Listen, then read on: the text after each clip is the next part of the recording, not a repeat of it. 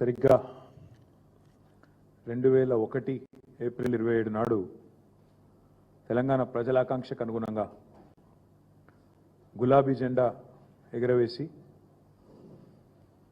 ఉద్యమాన్ని మలిదశ ఉద్యమాన్ని మలుపు తిప్పిన మహానాయకుడు 60 ఏళ్ల తెలంగాణ ఉద్యమ చరిత్రపై కేసీఆర్ అనే ఒక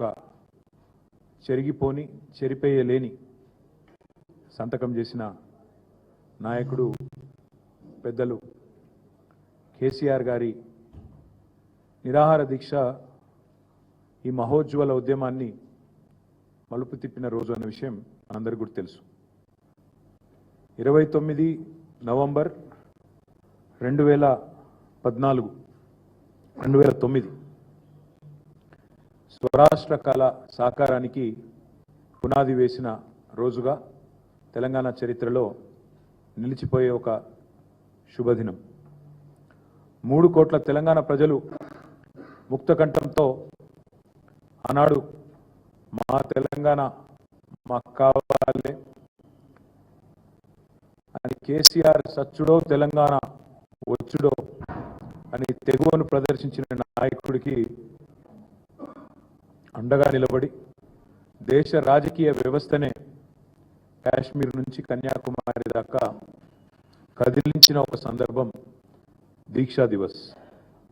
అందరినీ మెప్పించి ఒప్పించి దేశ రాజకీయ వ్యవస్థను, రాష్ట్రంలో ఉండే రాజకీయ వ్యవస్థను కులాలకు మతాలకు అతీతంగా అందరినీ కూడా కలిపిన ఒక సందర్భం దీక్షా దివస్. నాటి సమైక్య రాష్ట్రంలో అప్పుడున్న కాంగ్రెస్ పరిపాలనలో తెలంగాణలోని ప్రతి వర్గం, ప్రతి మనిషి బతుకు చిద్రమైపోయిన పరిస్థితి. మళ్ళీ ఈరోజు ఆ పరిస్థితులు తిరిగి కనబడతా ఉన్నాయి. అదే నిర్బంధం, అదే అణిచివేత, అవే దుర్భర పరిస్థితులు, అవే ఆందోళనకరమైన నేపథ్యం మళ్ళీ ఒకసారి కాంగ్రెస్ ప్రభుత్వం రాగానే కనబడతా ఉన్నది. నాడు ఢిల్లీ మెడలు వంచి తెలంగాణ సాధించిన కేసీఆర్ గారి స్ఫూర్తితో నేడు మళ్ళీ ఒక్కసారి 2 ఢిల్లీ పార్టీల మెడలు కూడా వంచక తప్పని పరిస్థితి తెలంగాణలోని ప్రతి పౌరుడికి కూడా ఉన్నది. కాంగ్రెస్కు అధికారం ఇస్తే తిరిగి తెలంగాణలో బతుకు అంధకారమయమైపోయిన పరిస్థితి అనే మాట ఈరోజు ఒక వర్గం కాదు, గ్రామీణ ప్రాంతాల్లోని రైతులను మొదలు పెడితే, పట్టణ ప్రాంతాల్లో ఉండే ఆటో సోదరుల నుంచి మొదలు పెడితే, హైదరాబాద్లో ఉండే నిర్మాణ రంగంలో ఉండే కూలీల దాకా ఇవాళ అట్టడుగు స్థాయి నుంచి సంపన్న వర్గాల దాకా ప్రతి ఒక్కరు కూడా ఇవాళ బాధపడుతున్న రోజు కాంగ్రెస్ ప్రభుత్వంలో తెలంగాణలో కనబడుతూ ఉంది.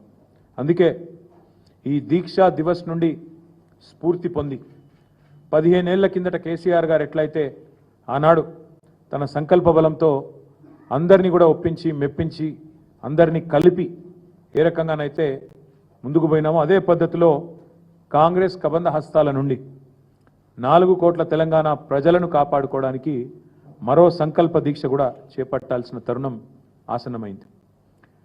ఆనాడైనా ఈనాడైనా ఏనాడైనా తెలంగాణకు పెద్దలు ప్రొఫెసర్ జయశంకర్ గారు ఇప్పుడు చెప్పేది స్వీయ రాజకీయ అస్తిత్వమే శ్రీరామ రక్ష అని చెప్పేది.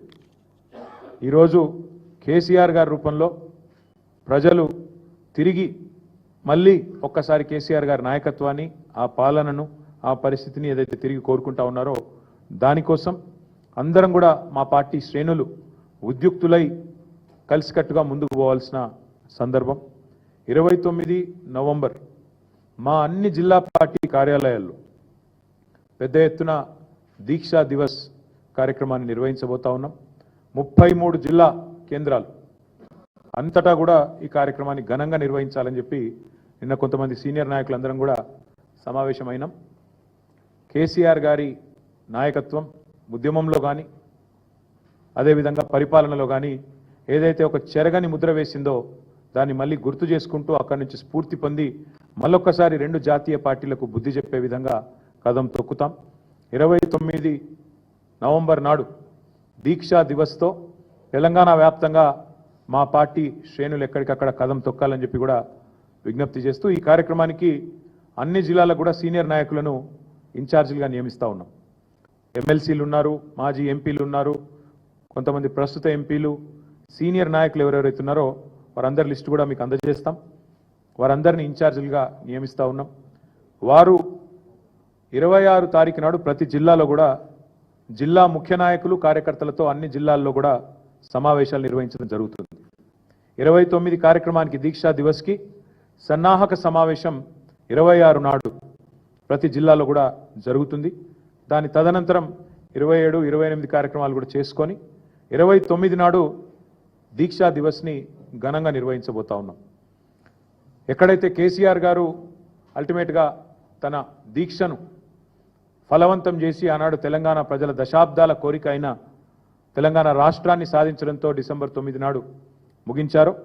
ఆ రోజు డిసెంబర్ 9 నాడు మేడ్చల్లో తెలంగాణ తల్లి విగ్రహావిష్కరణతో డిసెంబర్ 9 నాడు ఘనంగా దీక్షా దివస్ నవంబర్ 29, డిసెంబర్ 9 నాడు తెలంగాణ తల్లి విగ్రహావిష్కరణ మేడ్చల్లో మా పార్టీ మొత్తం పాల్గొని బ్రహ్మాండంగా ఈ 11 రోజుల దీక్షను ఎంత ఘనంగానైతే ఆనాడు కేసీఆర్ గారు ఒక ప్రకటన సాధించి విజయవంతంగా ముగించారో అదే స్థాయిలో మరి డిసెంబర్ 9 నాడు ఉత్సవాలు జరుపుకుంటూ తెలంగాణ తల్లికి ప్రాణమిల్లుతూ మేమందరం కూడా ఆ రోజు డిసెంబర్ 9ను కూడా ఘనంగా మేడ్చల్లో జరుపుకుంటాం. అందులో మా పార్టీ నాయకత్వం మొత్తం కూడా పాల్గొంటుంది.